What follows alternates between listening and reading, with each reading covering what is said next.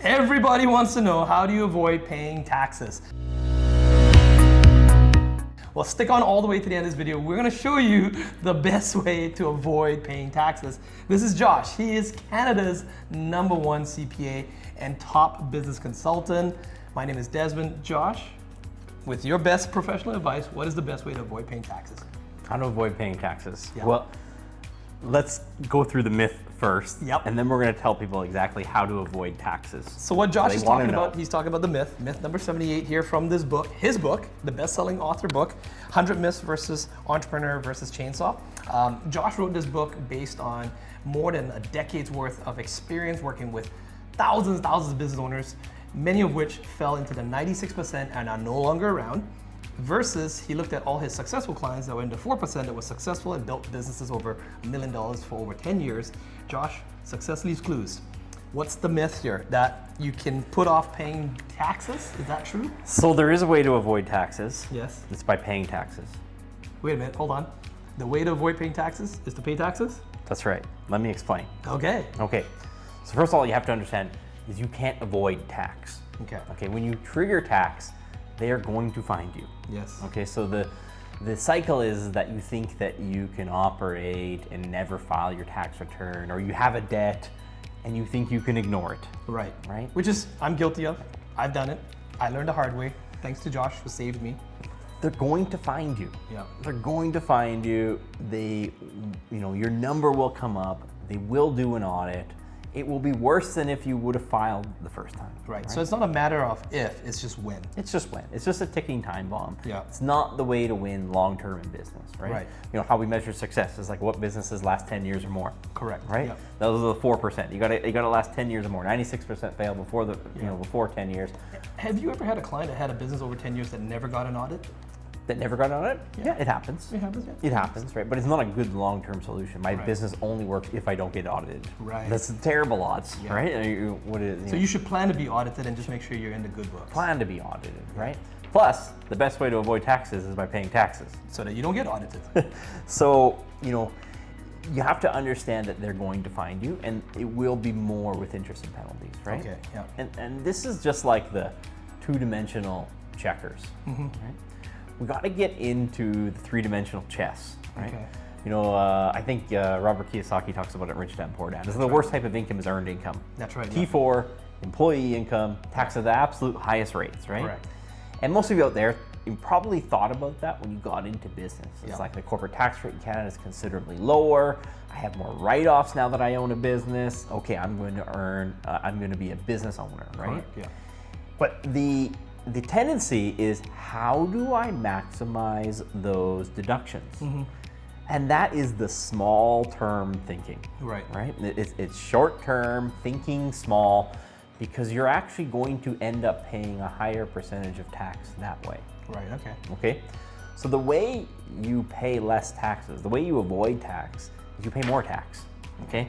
Because you've gotten this far. The people in this video have gotten this far. They've gone from T4 income Yep. to business income. Correct. That's the hack, right? Yeah. They think they're at the end of the game, and it's like, when you're at the end of the game and there's another boss who shows up and you got to beat that boss, right? And it's like, now you're at that boss. It's like, now you get into two different types of income. Yeah. And it's investment income and asset appreciation income. Correct, okay. Okay. Yep.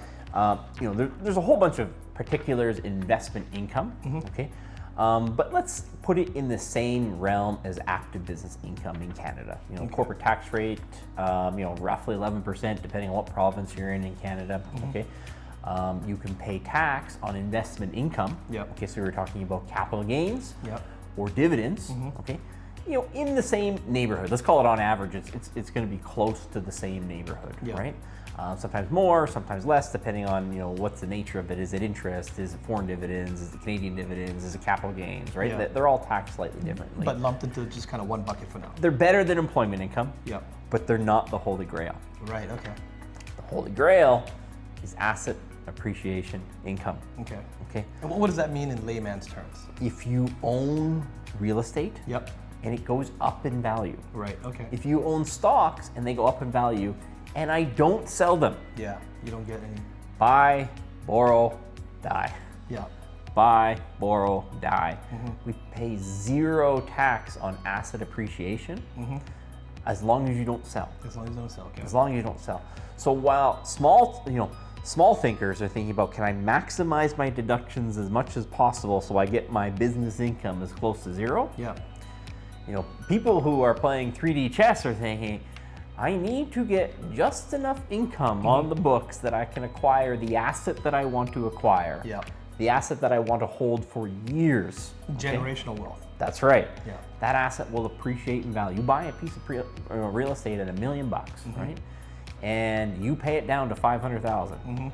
Meanwhile, that asset goes up to $2 million. And you borrow $500,000 from it. How much tax you paid on that transaction? $0. $0 Just in because tax. it went up, but you're able to leverage more. And so, you might have been talking about, that $500 of tax-free income might have cost you an extra $20,000 of tax for 2 years by declaring your income at the right level that you wanted to qualify for that asset, right? Yeah. It can work the same way with stocks, right? People think that you have to trade in and out of stocks. Warren Buffett's held his Coca-Cola stocks for 50 plus years at this point, right? Yeah. Doesn't pay any tax because he doesn't sell them, right? Canadian dividends, if you're collecting Canadian dividends, you can collect those dividends and with effective tax planning effectively pay $0 in tax on those dividends. On the dividends, yeah. And provided you're paying yourself a dividend anyways from that corporate structure because that's how you earn your income. And that's something, by the way, you do bring up in your boot camps live in person when you spend a whole day with business owners. So if you want to find out more information about meeting Josh in person and actually going through these very, very precise strategies that the wealthy use, make sure you click on the link in the bottom below that says boot camp. So this is the way, right? There's 4 types of income, right? And so the 4 types are earned income. And it's business income, it's investment income, and asset appreciation income. Okay, so that's investment income. That's my asset has gone up in value, but I have not sold it. Yes. That is the best type of income that you can have, okay? Because you can access that through leverage, 100% tax-free. And most people, they're just thinking here. They just think the end game is to start a business and get your income close to zero. Yeah. I don't care about that. Would you rather pay, $20,000 and have $1 million tax-free? Yeah. Or would you rather get your tax bill down to $5,000? So putting what you're saying here, summarizing it, you're saying actually pay more taxes so that I can show my income is higher or make my income higher so I pay more taxes, but then it allows me to acquire other assets which I then can also leverage and get more money for those. Correct. The name of the game is to trade the fake paper money that you get paid for selling goods and services for real assets. Yeah. You're trading it for gold, for Bitcoin, for stocks, and for real estate. Right? So pay more taxes so that you can get better assets. This is the name of the game, is if you can do that with debt, and primarily it happens with real estate. Right? The end game is normally real estate, right? The business exists to acquire the real estate that it's in, right? Yeah. Because the real estate, it's easier to access the leverage on the real estate, right? For every dollar you put down for a piece of real estate in Canada, the bank's going to lend you another 4, right? Much more difficult to do with gold or Bitcoin or stocks, right? Very, very difficult to achieve that sort of result, right? And so the number one way that you can avoid paying tax is to pay some tax, right? Because then you get verifiable paper income. And whether we need to do that on a personal end to require a personal residence or on the corporate end to get corporate real estate, is we want to get that verifiable income that can debt service the property that you want, right? And this takes a long-term view, right? The guy who wants to maximize his deductions will win in the short term. There's no arguing he wins in the short term. But he gets absolutely annihilated in the long term, right? You take 2 electricians, and you take one guy's the best electrician in town, and he just tries to minimize his tax, and the other guy's the second best electrician, but just goes from town to town and keeps acquiring a new shop for his electrical business in that town.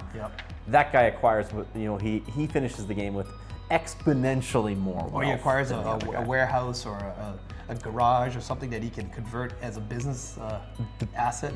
Price of real estate goes up on average by 6.6% per year in Canada. They'll lend you the money at 4.2% per year on average. And that gap is the difference, right? That gap is the entire difference. It's the entire game. It's how our entire economy is set up. That's how the wealthy 1% make their money, right? So you're trying to avoid taxes by acquiring assets, buy and hold assets. These are quality assets. I'm not trying to flip a house or something like that. I'm trying to buy and hold an asset asset. This is an asset that I want for decades, an asset that I want to pass this down to my kids, okay? And those assets go up in value. You can borrow against them, 100% tax-free. It's not even an audit risk. It's not even like, oh, we're going to look into that. It's like, you got a piece of property, it goes from 1 million to 2 million, you take out a loan on it. It's like, it's the lowest risk transaction that can be, and the benefit is exponential, right? Meanwhile, you're trying to micromanage an extra meals deduction, right? Is this an overtime meal or is this a personal meal? It's like the small potatoes. And you might think as a business owner, it's like, that's too far out, beyond my realm. It's like, it's within everyone's reach in Canada. You were thinking this way 10 years ago already, right? Yeah, it's within everyone's reach in Canada to acquire, a piece of real estate. It's not easy. Don't get me wrong. It is not easy. There's a sacrifice that's got to be made. It's kind of a short-term sacrifice for long-term gains, but it is 100% attainable for the average business owner to buy their house, buy the shop that they're in, and probably buy a second rental property as well. Yeah. Very conservatively. It's like, that's not the plan that I just laid out to you is not something anybody does. People do in 2 years. Most people will do in 2 years. But everybody, they put their nose down for 20 years, they could do that. That is a perfectly attainable plan, and you will generate substantial wealth without tax. Wow, that's phenomenal. By the way, if you enjoyed this video already and you love the information, you'd love to find out more, what are the other 99 myths that are out there? Go ahead and check out the playlist on the top here. Make sure you hit the subscribe button. And in every one of these videos, Josh always makes sure to give you some action items. Now, the people who actually take the actions, they actually come and report to us. They let us know at Bootcamp that it works. So, hey, it might be worth you taking some action. Josh, what are some action steps that the video viewer watching this right now can actually do to get started? It seems big, but what's step one?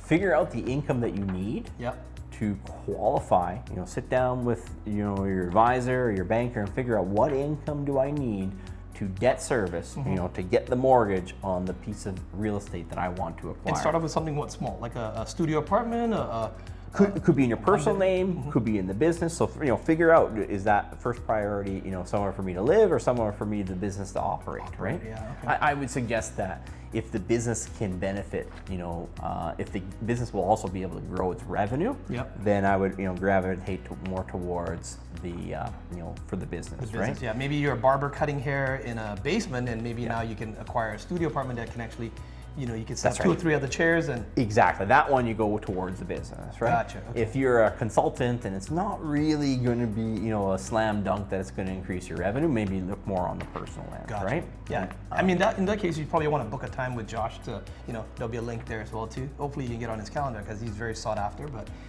you might want to see him or one of his team members on those strategies as well. But with that, hopefully you found value in this video. Hit the subscribe button and we'll see you in the next video.